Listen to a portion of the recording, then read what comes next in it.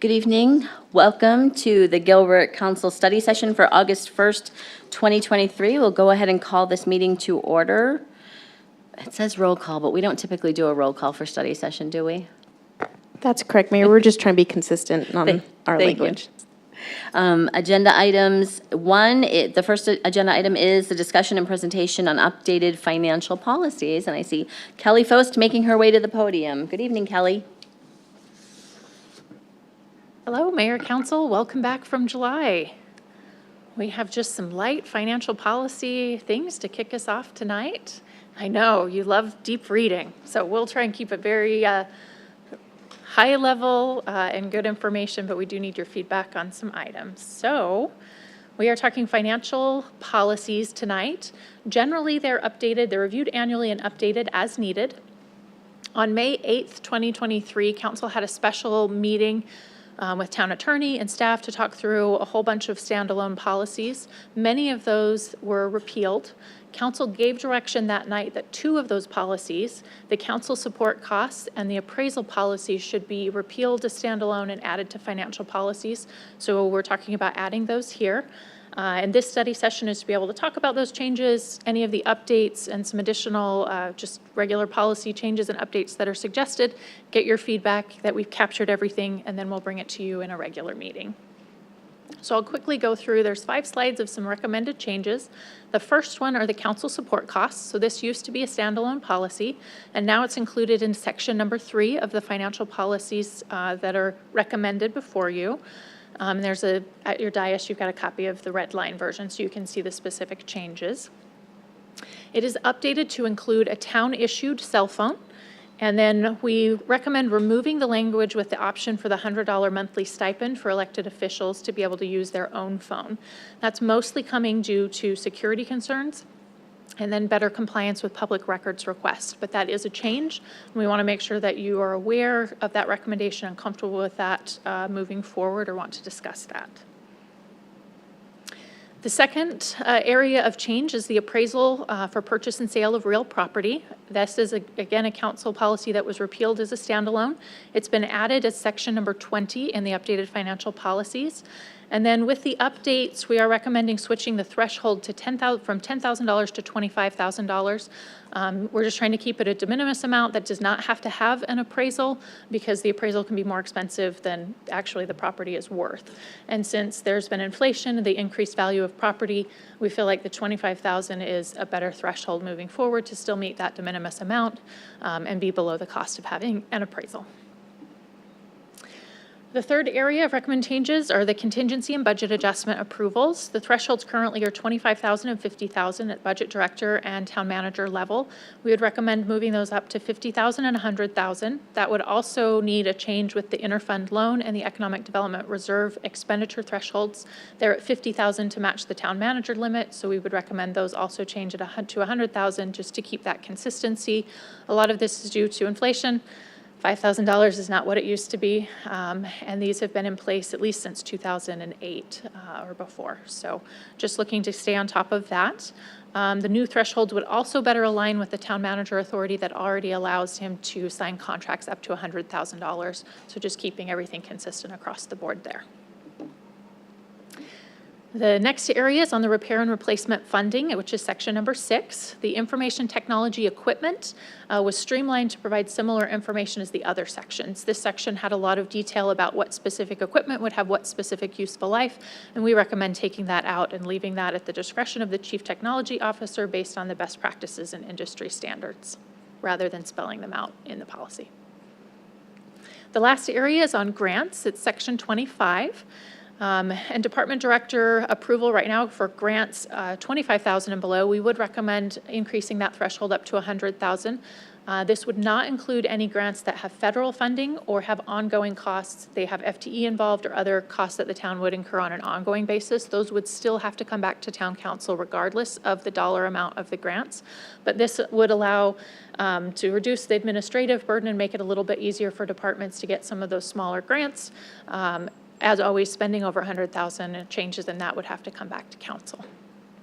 That is all of the changes that are recommended here. A few clerical things throughout the document. So we wanted to get any feedback or instruction from you tonight, and then we'll take that feedback instruction, modify the documents as needed, and bring them to you at the council meeting on September 19th.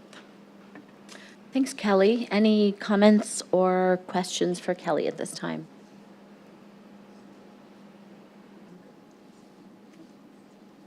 No? Vice Mayor? Thank you, Mayor. Kelly, from the presentation, it appears that you captured everything that we talked about in our other meeting.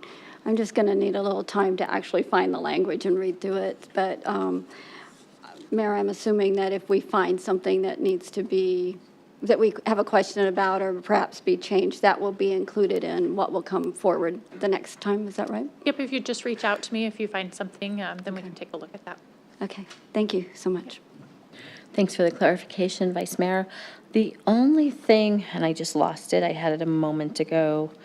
It's under the council support costs. I still think I saw something about, use of a pool vehicle for local or out-of-area travel. Do we actually have pool vehicles? Because I've never been told that we have pool vehicles. I had the same question from our internal work group, and I did double check. There are 2 pool vehicles at Muni One, and if council is interested in checking those out, you can just work with Monica or with Rob Bohr, and we can get you scheduled to be able to have that vehicle at your use. It's like a unicorn. I didn't think it existed. Are they actually drivable vehicles? Because the last one I rode in was several years ago, and I don't think it was really, should have been on the road. Just saying.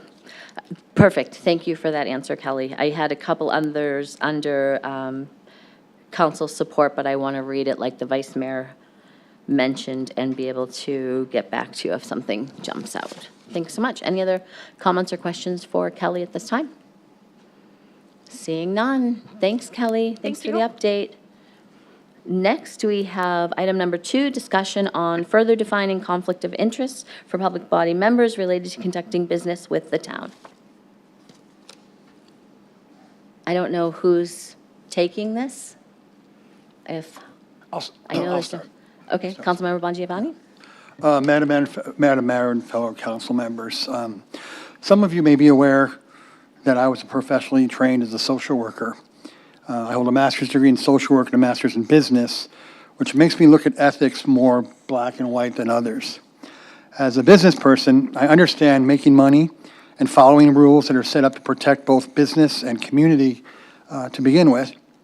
As a social worker, I believe that you have to blame the system before you blame the person. If there are faults in the system, they need to be repaired. If after the repair of the system, if the behavior continues, then it's time to blame the person. Our state and town policies have loopholes as it creates situations where a council member can follow the rules, do everything the state statutes require, receive a contract from the town, and still have the appearance of impropriety. This is wrong. I don't ever want to see someone who follows the rules be questioned. With that said, I believe the town of Gilbert's policy on this needs to be stronger than the state so these things can't happen.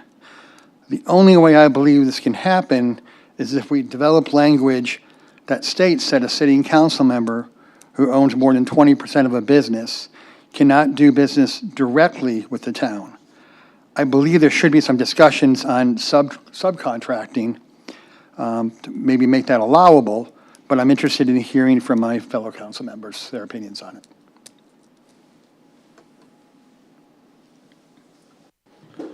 Mayor, council, several years ago, a resident was very adamant that I was gaming the system in Gilbert to profit from it.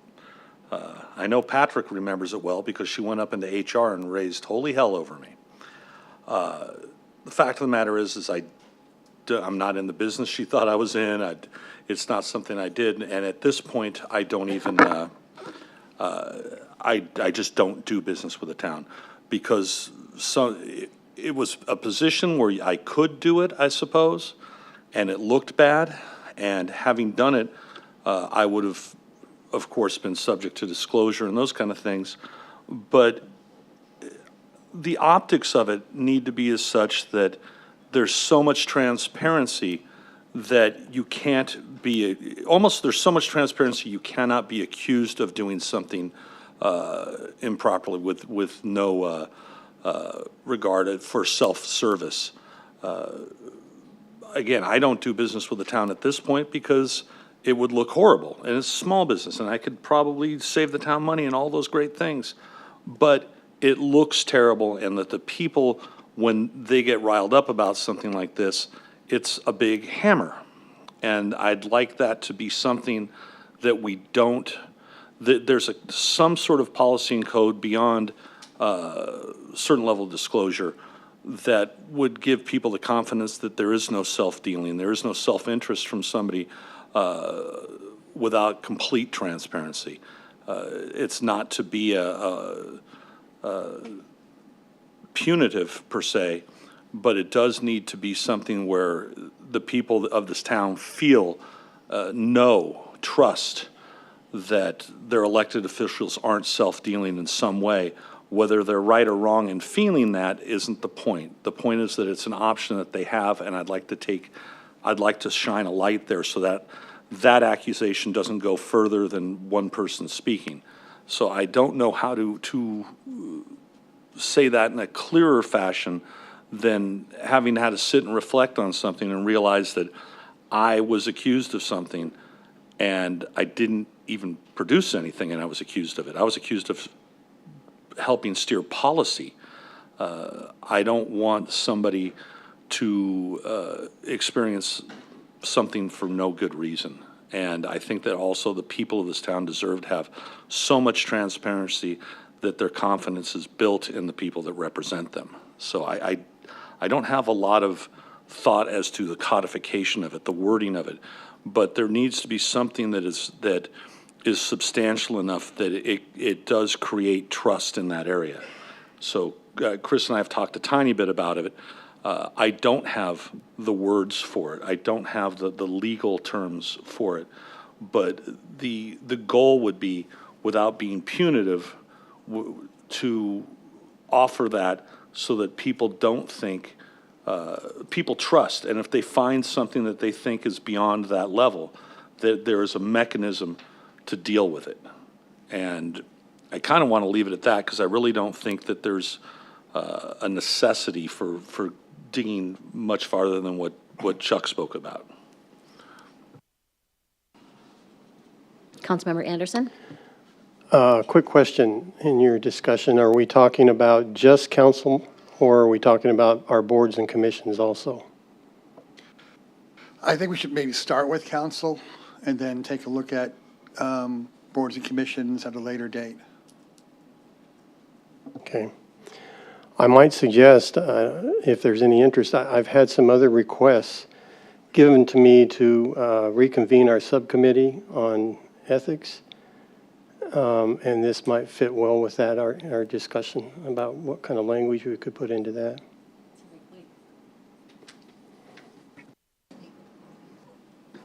Councilmember Buckley? I don't have a lot to say on this because I'm not a policymaker. The one thing that appears to me is currently there is nothing wrong with any council member doing business with the town in a certain way. I do feel that it's kind of a conflict of interest and that we should somehow tighten that up and maybe make it where it's not as, the impropriety, if that's the right word to use. But that's about all I have, because I'm not a policymaker, but I do think that we can look at this policy and make it better. Vice Mayor? Thank you, Mayor. I don't have a problem looking at this because we'll have to develop some language. The conversation that we've had so far doesn't really give staff or even the Ethics Committee, if they're going to get back together again, any clear direction on what we're trying to achieve here. State statute does acknowledge that anytime you're an elected official, there's going to be some sort of conflict of interest. And just because you're involved in so many different things and you're going to have to make policies. So I think that it's written that way to make sure that there is transparency in the way that you disclose it and different avenues of making sure that it's transparent. That's the current policy. If we're looking at extending that to be a little more, I guess, direct towards council members and the transparency of that, then we have to be very careful at how you're going to word that, because the devil's in the details. And at the end of the day, I've been involved in writing lots of policy over the years, and you really have to be looking at what are the unintended consequences if you write it wrong. I'm not saying we shouldn't write it, I'm just saying we have to be very cautious on that. So I think that for us to move this forward, maybe we need a little more direction on what you want us to look at before we can look at it. If you want to send it to the ethics subcommittee or you want to have another subcommittee. Based on what we just said, I'll just use the attorney, I'm assuming he's going to write it, that he doesn't have enough direction to write something at this point. So I think the reason we're all talking today is to give clear direction. Mayor, council, I would think reconvening the subcommittee to discuss some language and then bring that back in a study session to the whole would probably be a better way to approach it. And that way it wouldn't be just hanging out there. It would just something we could resolve. We could come up with the idea that there's nothing that we really can do, and that's an option too. But it's something maybe if we sat down, discussed it, and said this is what we're trying to achieve. How can we do this in a way without too many unintended consequences, because nobody likes those. I would think that taking some time and taking the subcommittee, discussing that, and coming up with some language on our own with Chris, like we did with the general ethics subcommittee, would be a good idea. Councilman Bongiovanni? I'm in support also, bringing it back to the Ethics Committee. I just want to bring up one more point, and that is, again, appearance. Rules state you have to recuse yourself of a vote, which is cool. I mean, that's being done. You recuse yourself from a vote, it gets passed, you receive the contract, but yet you're also voting for the budget. There's a problem there, I see, too, because what you're voting on is actually paying you. So I would hate to see someone, if we write it wrong, recuse himself, but also have to then, at that point, recuse himself from the actual budget vote also. Because to me, there's no getting around that, because you're voting on something that is paying you. Councilmember Kapowski? Thank you, Mayor. I'm fully supportive of continuous improvement and relooking at certain policies. I know that many of us have received training from the League of Cities and Towns, and I think that body may have an interest in looking at the same policies or educational materials that may support the greater transparency that's being sought. So I'd potentially look to reach out to them to see if they have any interest in enhancing their educational materials. And I agree with that we currently have certain measures of transparency and public reporting, but we could certainly introduce and look at what other agencies, if they have more stringent disclosure forms or policies, and how those are used. In this conversation today, most of the conversation has been around financial interests, but there's a lot of other potential conflicts of interest that I think would be valuable to look at it holistically as well. Any other comments? Great comments. I would say that it's always good to look at the policies that we have in place. For a study session, it would have been helpful to ask staff to maybe do some of this beforehand and bring it to us so that we could potentially look at, I have no idea what the state statute is on this. I have no idea what our current code says on this. And it would be, for me, it would be a lot easier at the study session to be able to look at that first. I might have looked at it today and said, I really don't think that we need to move it back to the subcommittee based on what's here. But for the future, that would be, I think would be a lot easier. That's the purpose of a study session, is to be able to come and discuss it. I would be concerned with rolling this over to our boards and commissions, especially as we're seating the new Public Works Board. I think we would find that we would get into a lot of areas that, I mean, just looking at the applicants as I did, there are companies that do business in the town of Gilbert. And I think we could really find ourselves limiting our pool of candidates for boards and commissions and limiting the pool of candidates for future council seats if we get too strict on this. So I think there's a point of being careful and transparent, but there's a point of maybe going too far. So just to be careful. I love the idea, Councilmember Anderson, of bringing it back to the subcommittee if you'd like to take that on to bring that back. Great idea. Yes, Vice Mayor. Thanks, Mayor. If I could just restate some of the comments that I heard, that if we're going to take it back to a committee, I want to make sure I didn't miss any. We're looking at council only, potentially a 20% ownership of a business, recusing themselves from budget and contract votes, check Arizona League policies and/or education materials, see if they have anything to assist or, in the future, educate other communities. Look at other municipalities and agencies to see what they're using for their transparency documentation and processes, and then to not just focus on financial contracts, but also there may be other types of conflicts of interest that we may want to explore. Did I miss anything? Yeah, I'd like to add, again, looking at rules for directly getting contracts and maybe a little different rules for subcontracting. Okay, contracting versus subcontracting. Okay, thanks. I'm a little, I see contracting as a little bit more issue directly than subcontracting. Thank you. I would just say as the transparency, mine would probably want some sort of focus on disclosure. Because again, somebody can do something totally right, as Chuck said, yet it's not quite as disclosed as the general public would expect.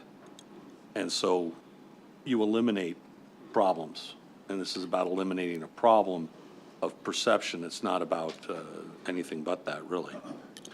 So I don't want to ever have somebody say, oh, you decided to do something and made $3,000. And it's going to be like, oh, seriously?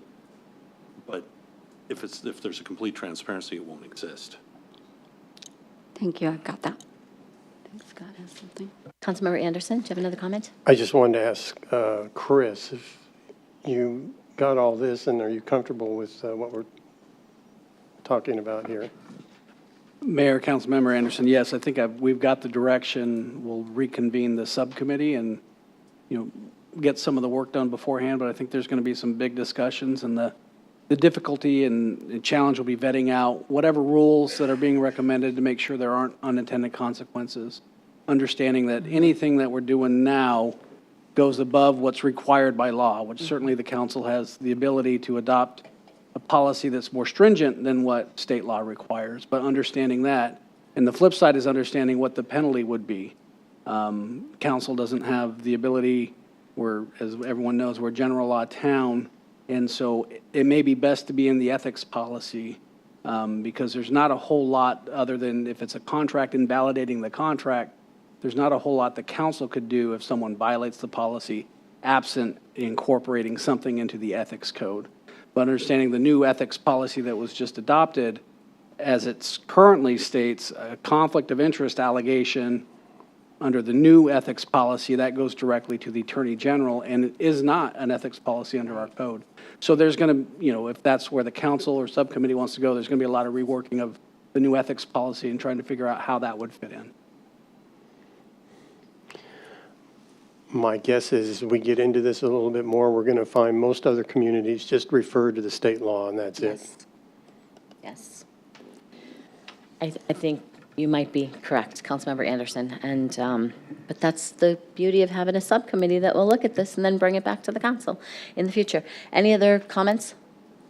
And thank you for turning your mic on first. It makes it much easier for me to recognize that somebody wants to speak. Thank you. We've had about 5 weeks off, so it's nice to be back and be able to look at that. And I might forget people's names tonight since it's been 5 weeks off, just saying. I will go ahead and adjourn the study session, and we will be moving into an executive session.